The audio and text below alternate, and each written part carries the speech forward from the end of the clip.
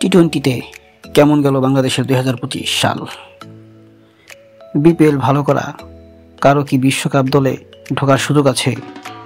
গত পরশু আয়ারল্যান্ডের বিপক্ষে সিরিজ শেষের সংবাদ সম্মেলনের সম্ভাবনাটা উড়িয়ে দেননি অধিনায়ক লিটন দাস। কিন্তু তার বিশ্বাস, ফেব্রুয়ারি বিশ্বকাপের জন্য বাংলাদেশ দল প্রস্তুতি আছে। এবছর খেলা 30টি টি-20তে রেকর্ড 15 জয়ের পথে পরীক্ষা নিরীক্ষা চালানোর পর এখন তাদের চোখ বিশ্বকাপে।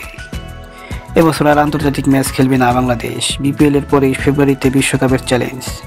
সেই চ্যালেঞ্জের আগে দেখে নেওয়া যাক বছরটা টি-20তে বাংলাদেশ দলের কেমন কেটেছে। এবছর বাংলাদেশের সবচেয়ে বেশি উন্নতি হয়েছে ছক্কা মারার সামর্থ্যে।